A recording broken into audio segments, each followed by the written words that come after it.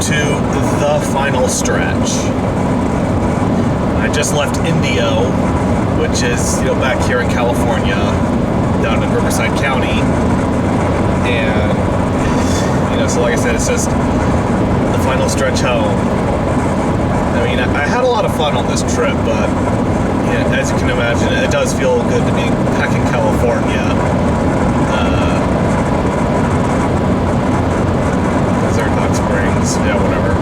Anyway, so it's about 90 degrees out. I mean, it is the desert after all, and we are in California is in the middle of a heat wave, and not to mention the drought. Because that's, I mean, it's pretty hot in Texas too. At least, Dallas, Austin. But I mean, it's like once I got, up on the Llano Escotado, the high plains, which is, up in northern Texas, northeastern New Mexico. It was a lot cooler, especially at night. And, Albuquerque and Flagstaff were also pretty cool, especially at night. And that's because they're up at much higher altitudes. Because that's the thing, though, is, it's so cold at night in Lubbock and Albuquerque and Springerville and, all these places I was at. And yet I'm walking around in shorts and flip-flops.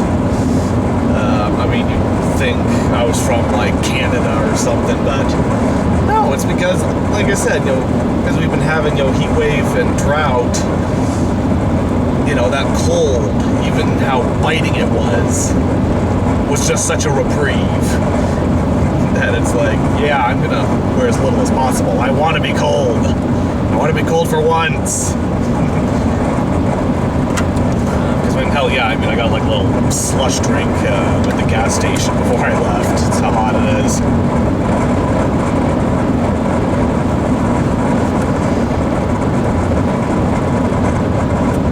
Anyway, we're driving up north out of Indio up to Moreno Valley. I'm gonna try doing a little fossil hunting.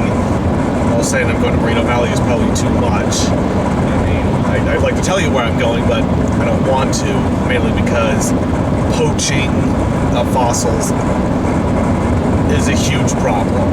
I mean, no joke. Archaeological artifacts and fossils are second only to guns and drugs on the black market. This huge booming black market.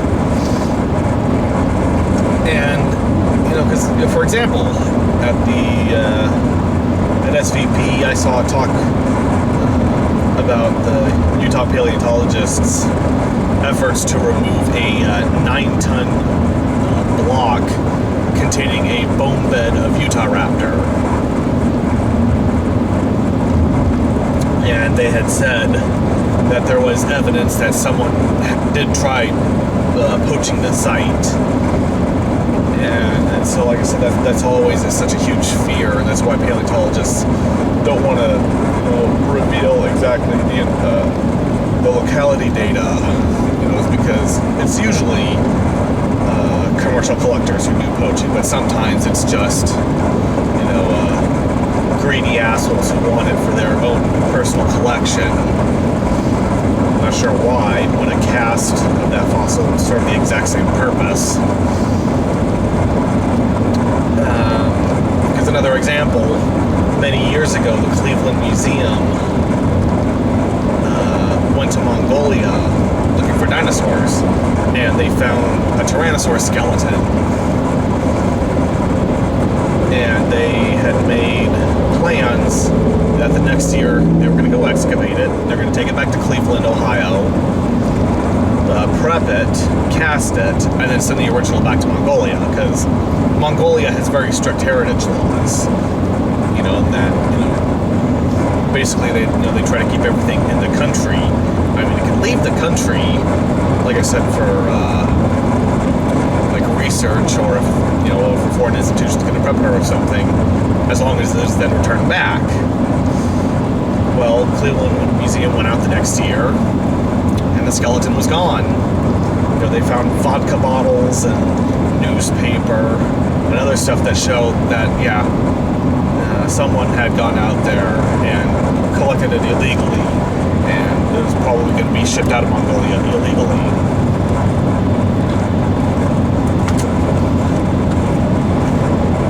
The same thing happened a couple of years ago. Some commercial douche in Florida smuggled in a Tyrannosaurus skeleton from Mongolia. And not only is that in violation of Mongolia's heritage laws, but to get it into the country, he actually lied on the shipping manifest. He said it was just some hadrosaur bones, when it was really this, very nice, complete Tyrannosaur skeleton. That set off a big old firestorm, not just from mainly from the paleontological community, in part because the stupid media was trying to portray this guy as the victim. Oh, poor guy, he's just pursuing his passion. No, he's not. Passion is not selling, people's heritage for a quick buck. It is not. And so again, that's why, if I find something, I'll maybe try to show you. I'll just keep it really close to the ground so you can't tell where it is, as long as these videos aren't geotagged. I don't think so. I think this camera's from before the geotag thing.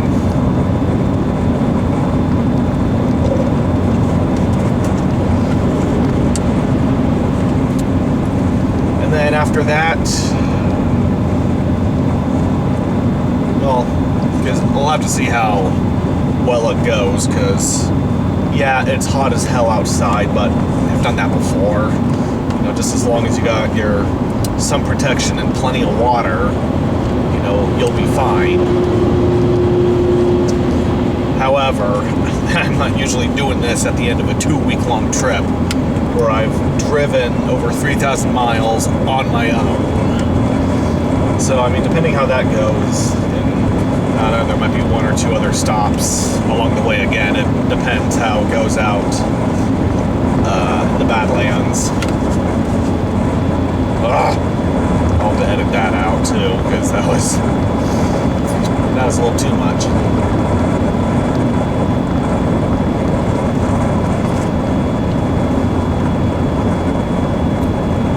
So, like I said, we'll just have to see how it goes.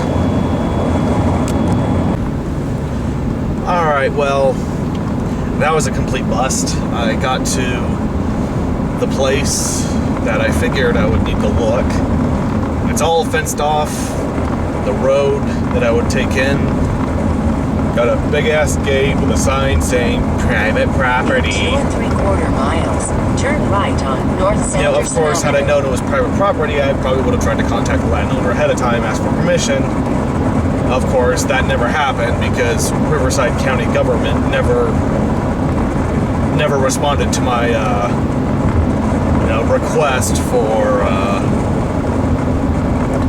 ownership information. I guess it's just mainly because I've been spoiled by San Luis Obispo County, because 1, they have a county commissioner who's easy to get a hold of, and 2, they have this little map that you can look at, that has all these, it's divided, on a grid with these plots, so you just, tell them the plots and they'll tell you who owns it, if only everyone was so efficient. So we're going to go ahead to the Western Science Center in Hemet, because I know that they have a new exhibit there that we need to check out, and it's a cool little place anyway. It's kind of definitely worth at least like a quick stop, on a big journey. So yeah, we'll go see that then. Okay, so it doesn't open until October 31st. Me screwing up, there's late breaking news. So I'll go ahead and just show you around the fossil gallery, which is still pretty cool. Then I gotta go have lunch and hit the road if I'm gonna catch Andy before 4 o'clock. This is a little exhibit on Harlan Garbani, who was a well-known fossil hunter. And they have this exhibit because he's local, even though there's no dinosaurs from this part of California. Here's a fossil camel bone that he found on his family's ranch as a kid in this area. Perhaps a portent of things to come. And with the Diamond Valley excavations. And his stuff mostly ended up at the American Museum. No, not the American Museum. Sorry. The Natural History Museum of Los Angeles County, as well as the California Museum of Paleontology up at Berkeley. You know, the LA Museum told him to go find a T-Rex. He found them 3. So here's a cast of skull of T-Rex, so you can go see the real one at the LA Museum. He's also well known for all this great Triceratops material. Here's a cast of the skull of a baby Triceratops. Back in 1997, that was a big screaming deal. And now, these real fossils here, I don't know if they're on loan from one of the museums or if these were out of his own personal collection.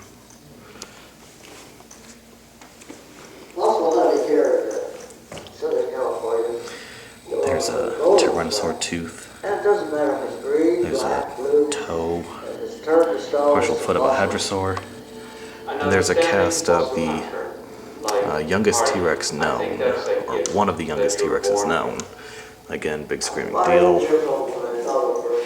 So yeah, I mean, I like to say that I could be the next Harlan Garbani, but we all know that's never going to happen, just the way current laws and paleontological practices work.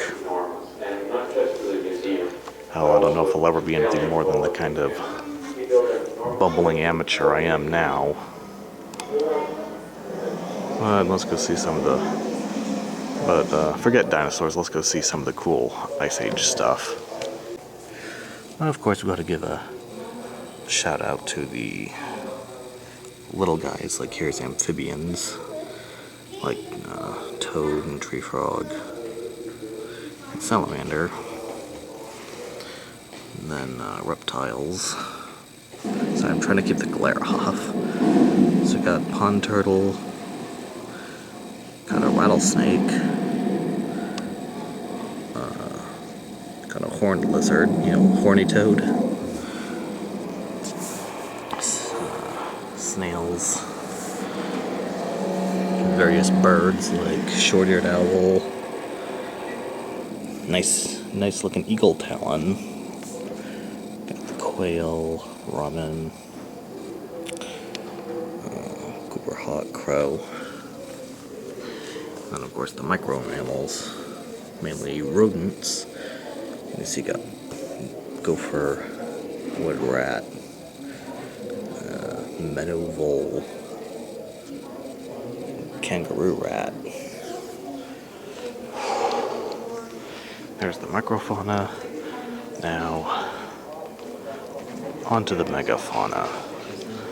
This here is Max.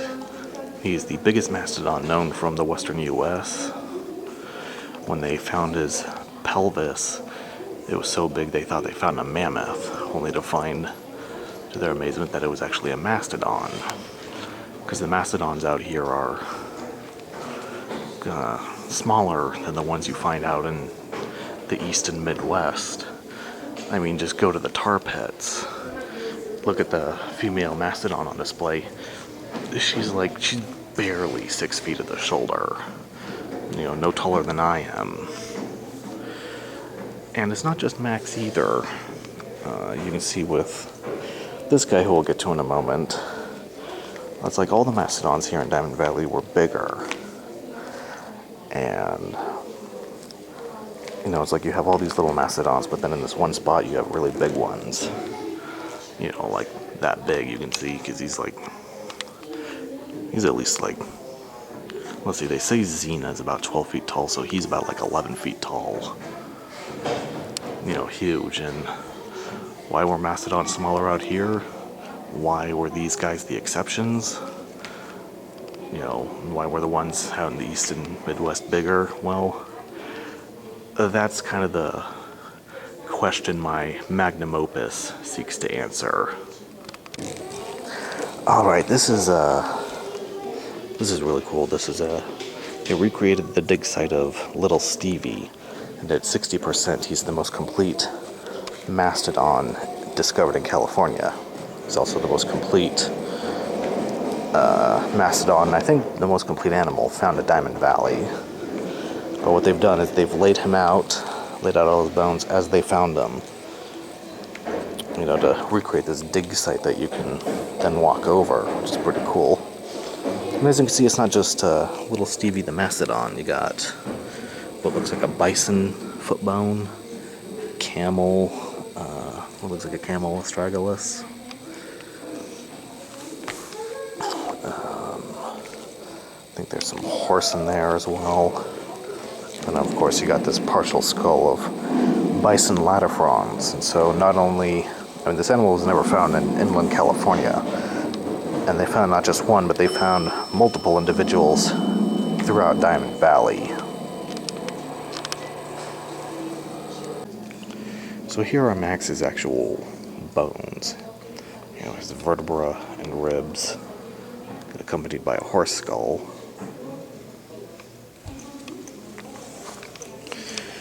Here's the distal end, or the knee end, of his femur, and that's how they were able to determine his size. You can measure, you know, this part of the femur, and that'll give you, you know, roughly the height and weight. And then here's his pelvis, which, you know, why isn't there a cast of it up there? Well, it was too big and too fragile to try and cast. But at least we get to see the real thing here. Like I said, you know, when they found this, they thought it was a mammoth because it was so big. So here's Max's actual skull and tusks. Yeah, like I said, things he's just absolutely huge. And over here we have partial horse skeleton. Can't remember. I think it might be the rest of that guy there. And here is Xena, the most complete mammoth from Diamond Valley. And she's 12 feet tall, but she's actually not fully grown yet. She's basically like a teenager. I can tell that because the end of her long bones are not fused. When a mammal, at least, reaches skeletal or reaches maturity, the ends of her long bones will fuse together.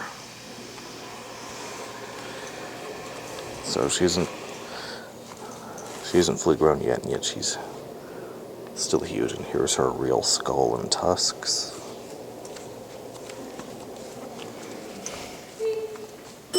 Here's her ribs. And then here's some stuff that lived with her. This is a partial camel. You see, you got the neck, a little bit of the back and ribs there. There was a skull there, but I imagine they removed it for the new exhibit because when I met Alton Dooley, the curator, a year ago, he pointed out on the skull that there were these 4 kind of puncture marks, which may be bite marks. So like I said, they're probably putting that in the new temp exhibit. Carnivores have been found, but as you can imagine, they are very scant and rare. Here's Smilodon, which is the saber tooth. Got a partial mandible, and a foot bone.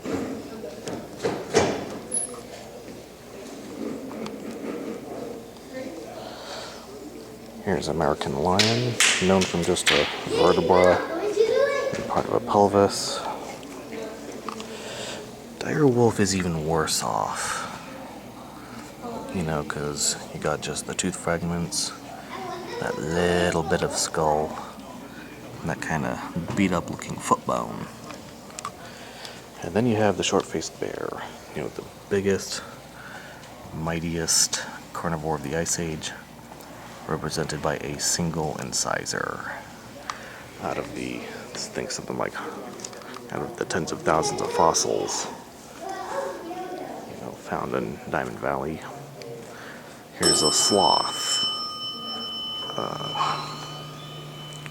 Harlan's ground sloth. Seems to have been pretty common here. Because you got a skull. And you got the partial, rib cage. Lower jaw. These dermal ossicles, which these would have been embedded in his skin, like right below the skin. Kind of a natural chainmail. And this huge pelvis, limb bone, so quite a bit of sloth found here. Here's bison bison andaquus. Here's bison latifrons. If you remember the one we saw in Little Stevie's grave, its horn was a lot slimmer than this. Is it, variance? Could it be that that was a female and this is a male? Questions to be answered. But back to sloths. So you have Shasta and Jefferson sloth as well. This is one of the very few sites where all three of these sloths were found together. They were probably occupying different areas though. Megalonyx here is usually, he favors like woodlands and forests. Shasta sloth kind of likes more arid scrubland or near desert. And Paramylodon there, we think would have lived out in grasslands and savannas. Some Megalonyx here. We got the lower jaw, humerus or upper arm bone, radius or lower arm bone, and shoulder blade. And finally the Shasta ground sloth, represented by this partial lower leg and foot. And so that's kind of this place in a nutshell. And so, like I said, gotta go do lunch now. Alright, I just visited Andy at the Alf Museum. And because he's such a nice guy, he let me see the Red Rock Canyon stuff that he's had his students prepping for me. So I can try and identify it. And it was good to see it because there was one good distal metatarsal at the end of a foot bone, but it turned out the other one was also a nice distal end of a metatarsal, so I have two now, and that's great. And he hasn't prepped it out yet because it looks kind of delicate, and so he wants to try and have someone more experienced work on it, but it looks like there might be part of the sacrum, the vertebra that anchor the hip in there too. So it seems that, that little block keeps giving us the surprises. So I've left Claremont, I'm not sure where I am now, maybe San Dimas, or even Arcadia. So I got a solid 3 hours until I get home, where there's my busted out dad from trying to fix my sister's car. Busted out sister, just because of all the stuff happening to her. Her two kids, her two dogs, our dog. I almost don't want to go home, but I'm out of money. so I can't keep this up any longer. I have to go home. Oh God, what a trip. What a trip. So anyway, I'll kind of see you guys at the end there. Oh, I'm in Azusa now.